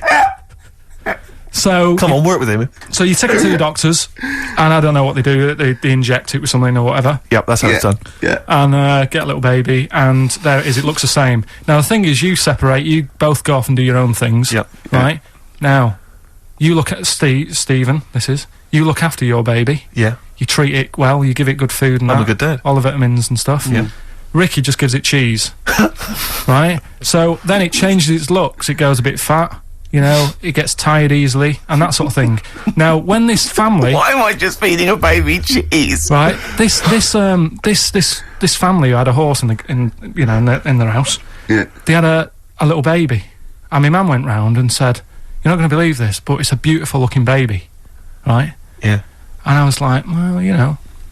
And the weird thing is, it was a good-looking kid, but as time went on, they didn't really look after it. And I'm not saying, like, abusing it, but it used to run around, it used to play out till, like, 10 at night. Yeah. It used to chase cars. Right. It was a bit... Did it have hooves? Yeah, no. Chase cars! Right. What sort of kid chases cars? Oh, God. No. Was it called Rover? Did it catch stick? It's Liam, it was called, right? Right. Now, the weird thing is, it was a good-looking kid, but as time went on, and all that, like, not eating properly and its hair was all patchy... It's not Liam Gallagher, is it? and chasing cars and that, and it became an ugly kid. It's definitely Liam Gallagher. And that's what I'm saying, right? You can clone all you like, but at the end of the day, it's how you brought up. Brilliant. Wow. What a life. Wow. That was a hell of a point. Oh, God. But am I right? Oh, you're always right, Carl.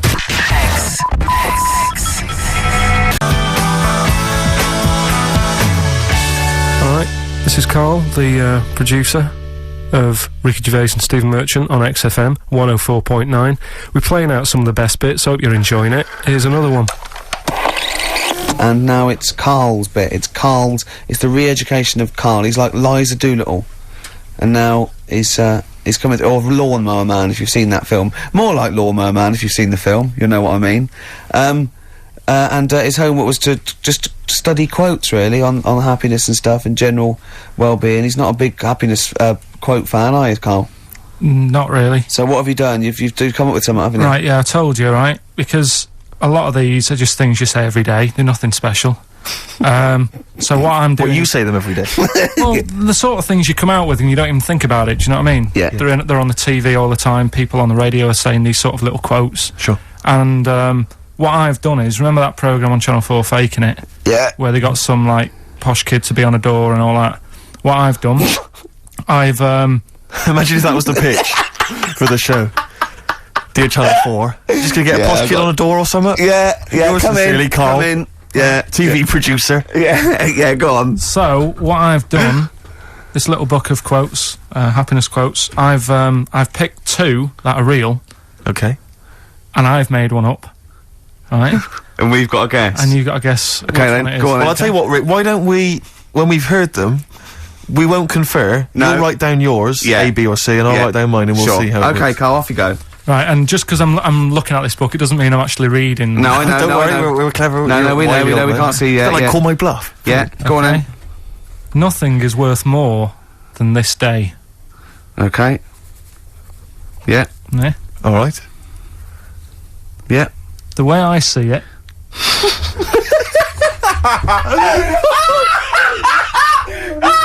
Oh God, my head's gonna burst. now hang on. My head's gonna burst. No, hang no, on. this might not be Carl's. It might not be. How do you know I haven't tweaked them a little bit? Yeah, good Okay, point. fair Good enough. point. No, good point. The way I see it, if you want the rainbow, you got to put up with the rain.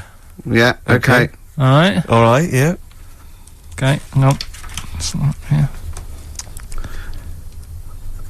Come on. Cat food. Cat food, come on. It stinks a bit, but if you don't put up with the smell, the little kitten will die. Steve, I don't know what to say. I don't know what to say. Imagine this in faking it. Imagine their faces when he says that, and they're going, "Oh my God." Oh. Carl, play a song, mate. We'll have to confer on this one. Go on then. Right. First one.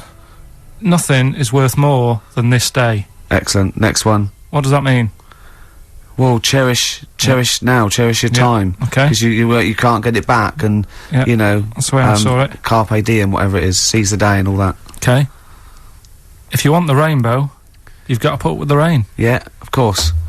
Yeah, rough with the smooth. You know, it's not all plain sailing, but you know, rainbow's beautiful, but it comes because of the rain, which you might not like. So Yeah. make the most of everything, and yeah. Good.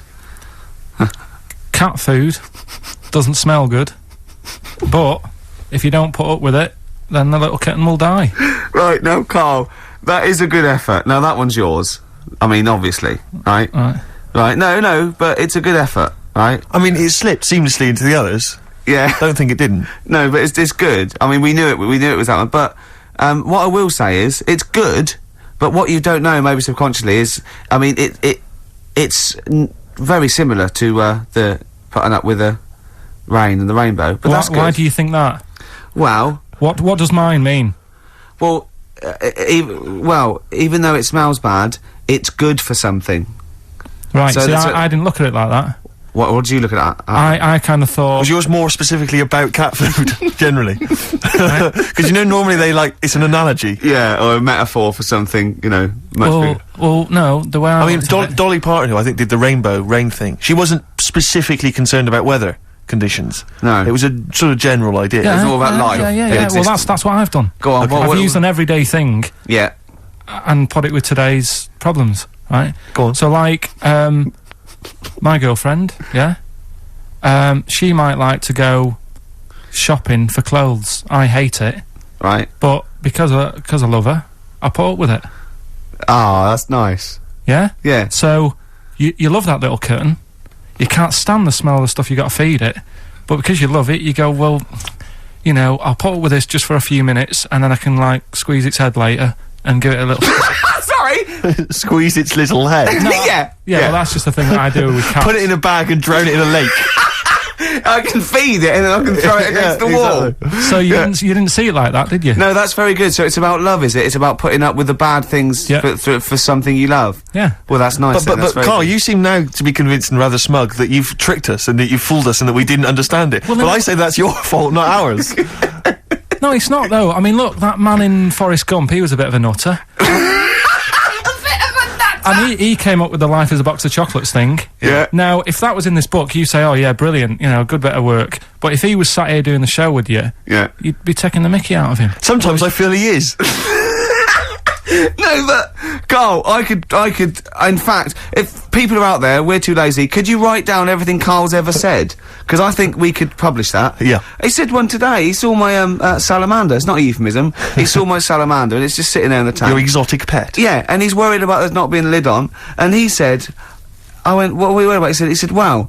He said it sits there for 24 hours a day, obviously planning to get out. Well, he's got nothing else on his mind, and it's the daft thing is he has actually got the lid ripped up a little bit. And he'll be looking up there. Yeah. And it's going to get out. But what's the worst that could happen? What's it thinking? What do you think it's thinking, this salamander? It's got its eye on the DVD player. I can have Ian be down the market.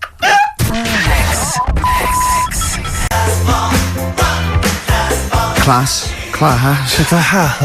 Rock the Casbah. I love the fact you had at least 3 minutes to get that right. I know. Prepare and get that right. I know, but my mouth was full of Maryland cookies. Yeah. You know, last week, this would blow your mind. He came in, do you know what he'd bought? For himself, about 10 penguins. Who buys penguins still? I know. Or wagon wheels. Oh, I've never liked wagon wheels. Have you not been a fan? No, but I was sorry about that. It's The Clash and Rock the Casbah. Talking about records, have I told you that time my brother-in-law, he was moving out of his place, and I think moving in with my sister, and I was about, like, I don't know, 13, and so he was about, 30, and I moved in, and he brought round all, his records when he was storage to leave them at our house. Right, and he had all these old sort of records, 50s and 60s records, no, I was right, and they put them upstairs, and I was looking through them, and it's just all like Elvis stuff and Beatles stuff, and there was a mate of mine who loved Elvis, okay, and he had loads of chemicals. Yeah, he had loads of chemicals, and I was into chemistry, and he said, "Let's swap me some chemicals for them." So I sort of nicked about 5 Elvis singles, and I got all these chemicals, and then the guilt just hit me. I just thought, well, he's going to notice that, and one night I just came downstairs and I confessed to my mum, and she went, "All right, well, I won't tell him, but you've got to be good." And it's sort of like I was just really, really good for a year. And then I remember, when I was about 18, my brother was talking about it, and he said, "Did you ever, play those records I left for you?" Brilliant. He told my mum, he said, "These are for Ricky." She just didn't tell me. She was sharp, wasn't she? She used opportunism there. Oh, that's genius. And, that was it. That's why I was good. But you've never stolen anything since, have you? No, I don't. Except that spate of shoplifting after that to teach your mum a lesson. yeah. Well, I went round, and arson. No, I did. I just couldn't believe it. It was terrible. I remember, I think all kids go through a phase of shoplifting. Well. And when I was going through it, I used to just little things, just like magic markers and, magazines, Mars bars, that sort of thing. Yeah. And one day, right, that my mate, Anthony, his mum called up my mum and said, I've got to meet up with you. I've got to have a word with you. And, she said, what about? She said, I don't want to talk about it over the phone.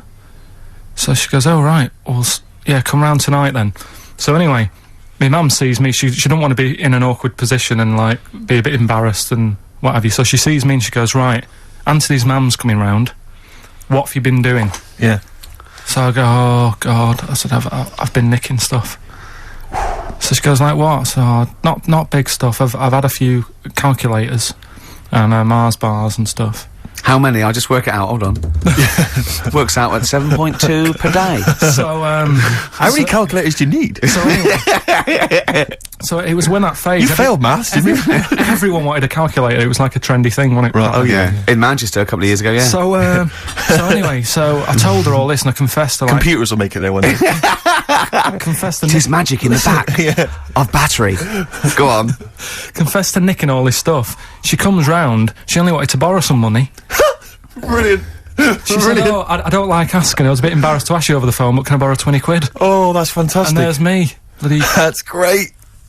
And it's similar sort of thing to yours. And did you... And he went, hold on, Mum, let's just work out the interest on that.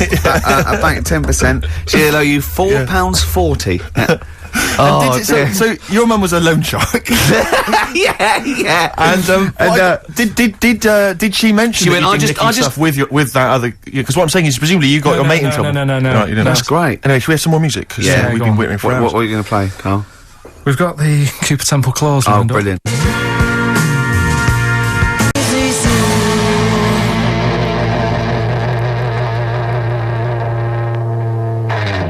Please. Cooper Temple Clause. Who needs enemies? Good question, lads. Nobody. This is XFM 104.9. I'm Ricky Gervais. Oh, they should print a little book of those.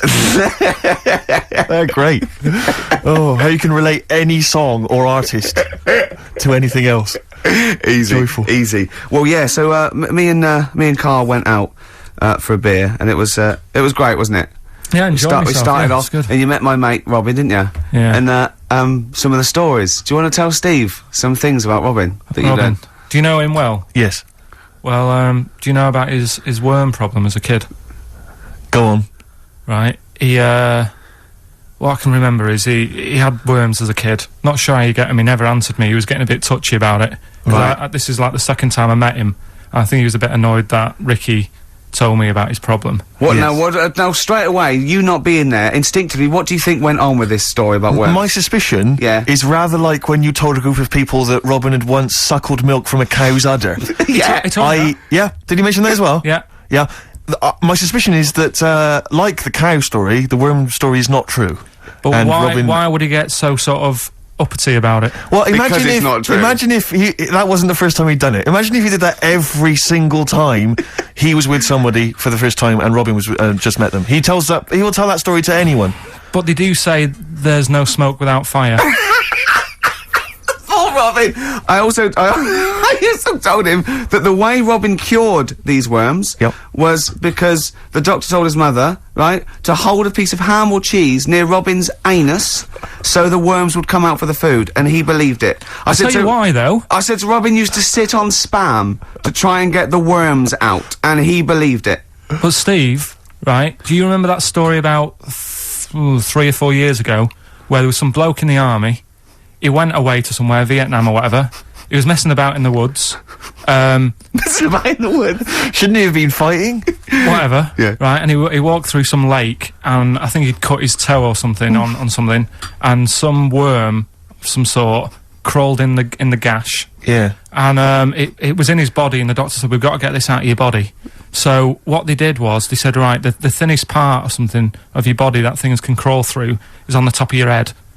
So they wrapped Where some the skull is. so they wrapped some bacon. No, they didn't! They did. Because that's Oh, that right. thing. So Everyone, he's gone in via the toe. So what we do is, I'll tell you what, that worm's probably heading straight for the head. We'll put a bit of bacon on it. The thinnest part of the body is the skull. Of course it's not the thinnest part of the body. It's where your brain case is, isn't it? It's the skull. there was a reason for it, and it was like they stuck some bacon on his head. And As ever, the vital piece of information, i.e. the reason, Karl seems to have forgotten. because the worm was in his body, and they said everyone likes the smell of bacon. Including even a worms. worm. Again. Even a Vietnamese lake worm. They Oh, they love Remember bacon. Remember last week when I said about the little fella with the bone with no brain, and you were proved wrong? No, Please. no. We were saying it wasn't a little fella. We were saying it was a stillborn child. It wasn't a little You're fella. changing it now. You weren't having any of it last Right, week. hang on a minute. I'm getting confused. There was a Vietnamese... There was a Vietnamese snake that went inside of a No, soldier. worm. A little, like, maggot or some sort that you have to get out of your body because it causes problems. Yes, and so in order to get it out of the It runs body, amok. they strapped bacon to his head. Yeah. That is great. This doctor. And did that work?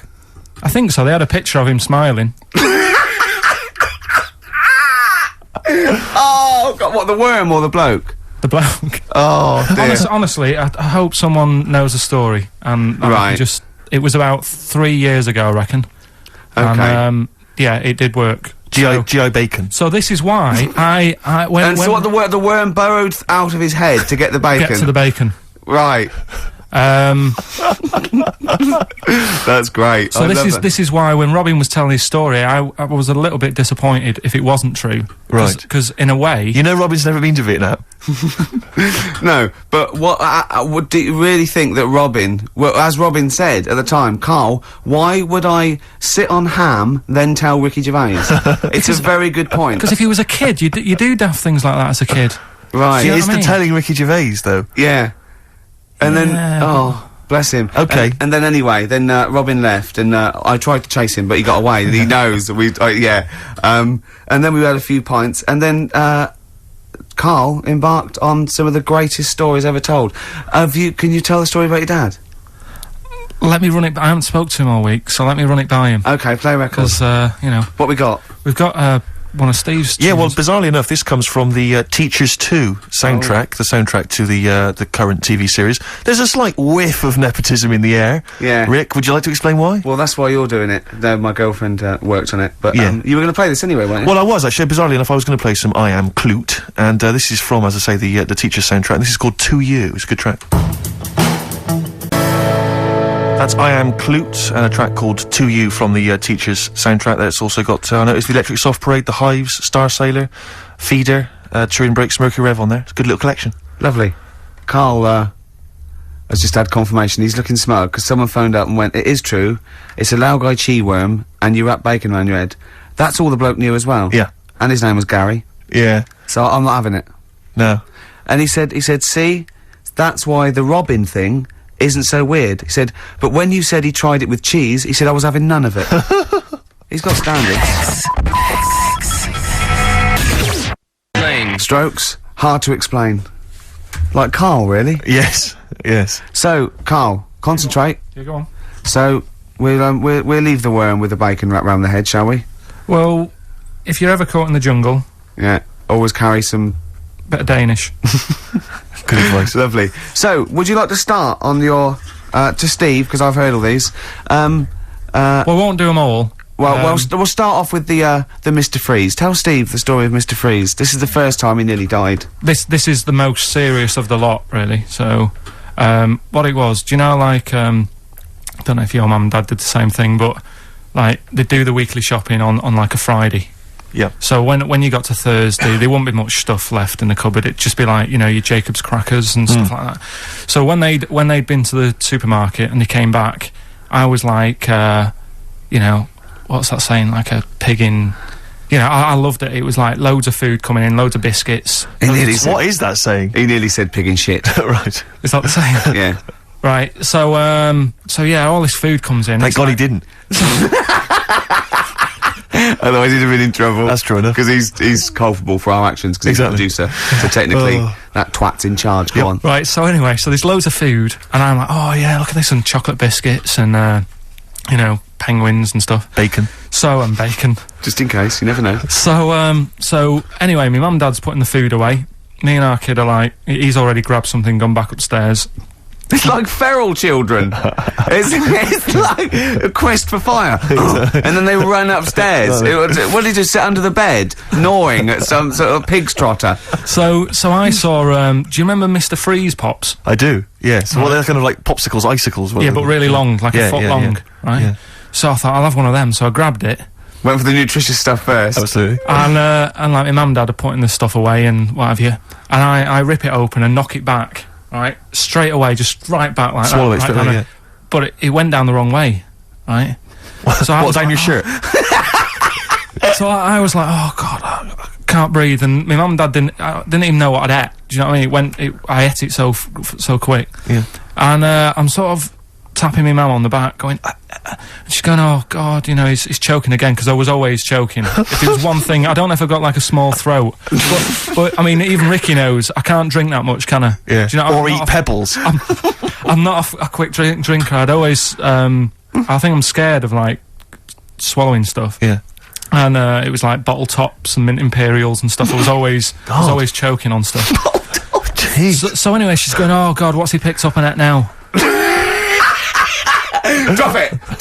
So- And she hit his nose with a stick. So I was going, I'm choking. At this point, my dad had like, I think he'd put his share away, you know, his food away, and he'd gone. His share! I love it! Yeah. He'd gone to watch like Winner Takes All or whatever in a lounge, and I was in the kitchen, and I was starting to like I didn't care anymore. Do you know what I mean? I just got to that point where I wasn't struggling anymore. You just thought, I'm done I just for. was like falling to the ground. And my mum's going, you know, get in here, I think it's serious.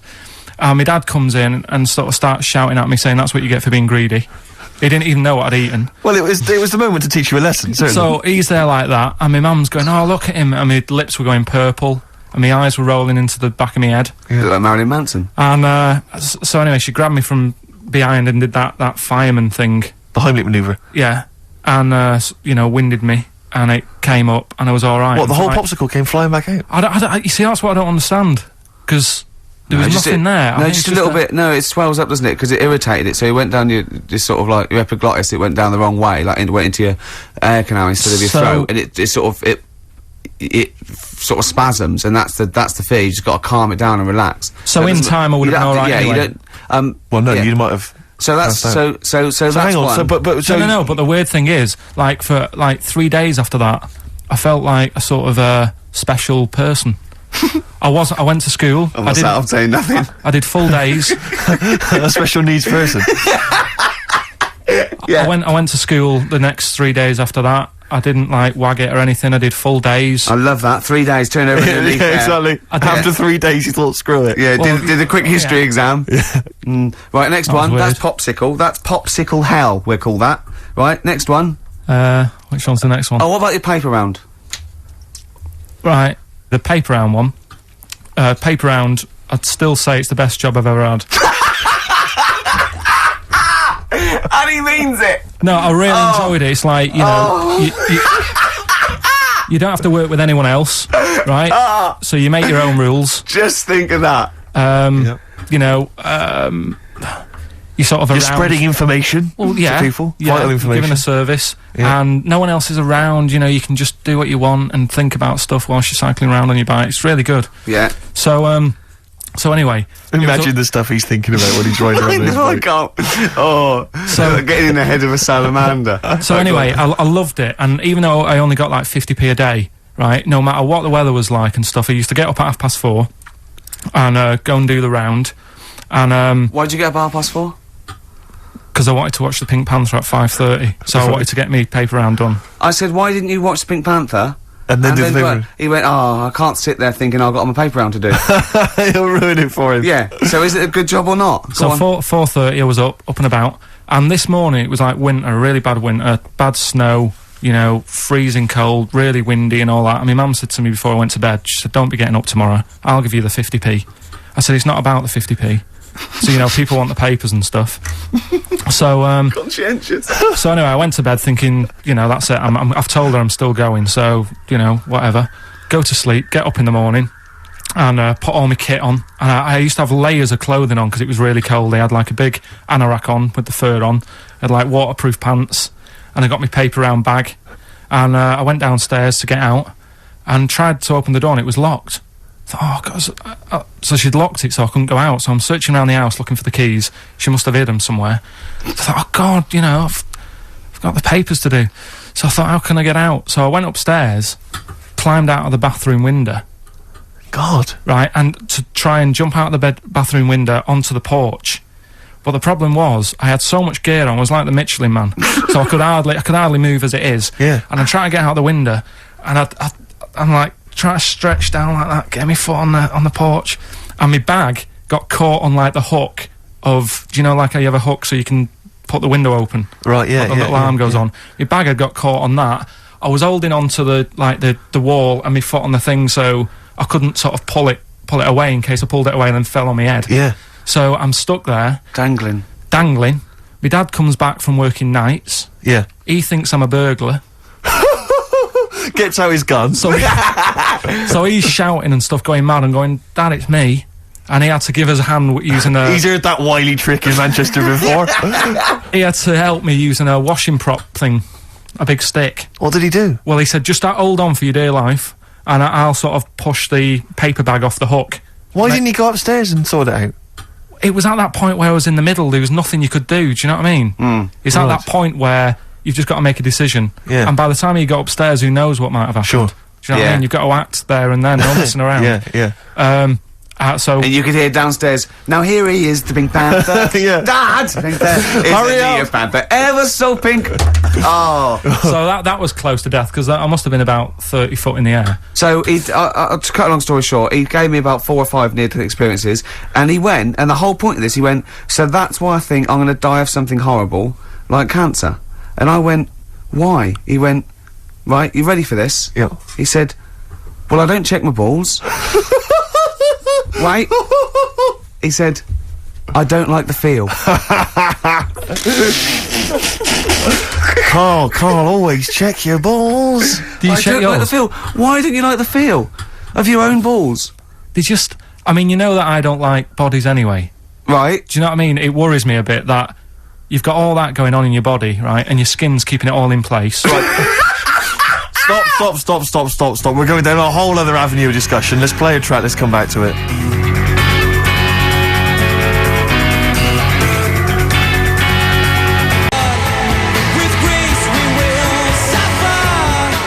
Alright, this is Karl, the producer of Ricky Gervais and Stephen Merchant on XFM 104.9. We're playing out some of the best bits, hope you're enjoying it. Here's another one. His homework was to come up with those stupid lateral thinking problems. We maybe should give an example of the Romeo and Juliet, right? Romeo's asleep on the bed, Juliet's on the floor, covered in water and broken glass. What happened? And you ask all these stupid questions, and it's Romeo's a cat and Juliet's a goldfish.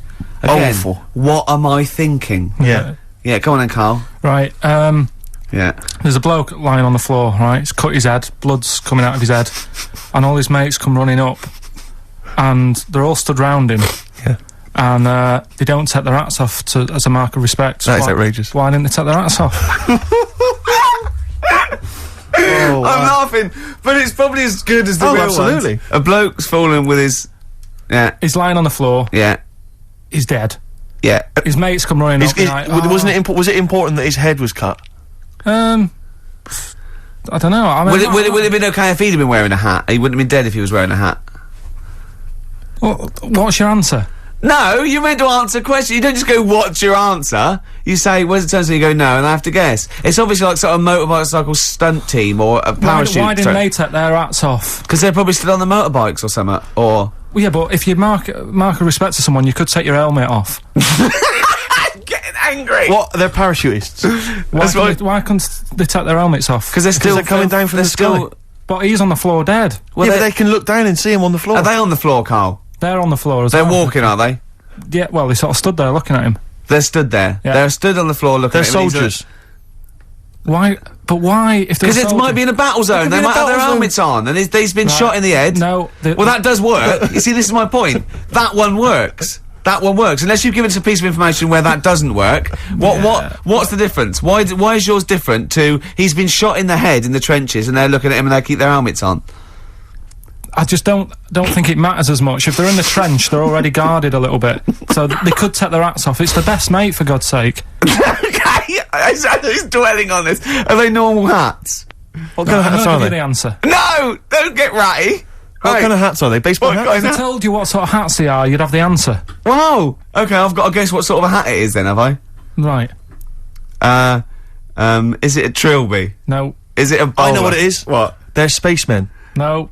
Oh, that's a good That one. one works as well. This is my point. I like that one a lot. It works. He's fallen on the moon, and not that the moon happened, it was set up, wasn't it, in the studio, we know that, yeah.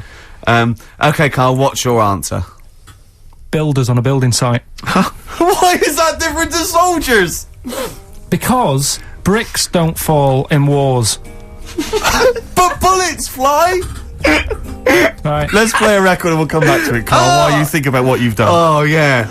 You've embarrassed Let's play yourself. some classic Suede. Yeah, and this is for David and Kieran, I think, who wanted a bit of Butler. XFM 104.9, I'm Ricky Gervais, with me Steve Merchant, Karl Pilkington. Steve. Well, we were talking about the news just now, and there was a story I heard in the week, I think it was on the radio, and I don't know all the details, but what I heard was that a number of, I think it was Falkland, maybe Gulf War veterans, were, I think, suing or complaining to the government because they wanted compensation for post-traumatic stress disorder. Now, I don't know all the ins and outs of it, but it seems to me that if you're in the army and you're a soldier, a certain degree of trauma is kind of inevitable. I mean, after all, if you're any good at your job, you are going to see people getting killed. So I don't understand what the ins and outs of it are. I don't know why. No, he already came back and Tony Blair met him and go, alright, well, not really, no. Go on, what's the matter? Well, there was people shooting at us and everything, it was all muddy. Well, calm down, don't cry. Well, I will cry. There was a drill sergeant just kept shouting, saying, "Look at you, stupid boy! Where's this he's gun's got not trained, clean?" And I hasn't just he? cleaned the gun, and it was fine. And now he's telling me to clean it again. Yeah, and the boots, they were shiny. fine, he was Well, he's showing. got to do that. It's more His distant. neck was as big as his head. Well, yeah, but you don't know what they. I don't know what the ins and outs of it are, but what you got to do is make sure you know what you're going into. That's what I do. You got to check the small print. So if I was, going over to like the Falklands or the Gulf, I'd put my hand up and go, will it be horrible? I go, you at the back, yes. Will it be horrible? It will be horrible. Yes, it will be horrible. There will be shooting and lots of death and everything. I go, right. I'm not going to go. And they go, Exactly. okay then. Okay. that should be fine. Yeah. Should be fine. Yeah, just like that. Is anyone else scared about this? Pretty much all of us. Okay, then we won't send anyone then. Exactly. My brother went into the army, right? Because he couldn't get a normal job, and my dad said, if you don't get a job by such a date, that's it, son. You're going in the army. And, so when was the Falklands? Was it about 81? Right, and he joined back in like 81 or something. And he I don't know, he was in Aldershot or something. Oh yeah. And he wrote back to my mum saying, a bad time to join, bad time in this. So she wrote. What about that? Join, that's so sweet, Carl, isn't it? That's like, dear Dad, yeah, well done. Don't know if you've noticed. Yeah, I was on the dole, that's for sure. Thank you for joining a month before the Belgrano. Anyway, go on. My mum called up, spoke to the sergeant, and said, "Can you leave him out of this one? Can you leave him out of this one? What, the Falkland War? He's only just joined," and she called him Chuck, which he got done for.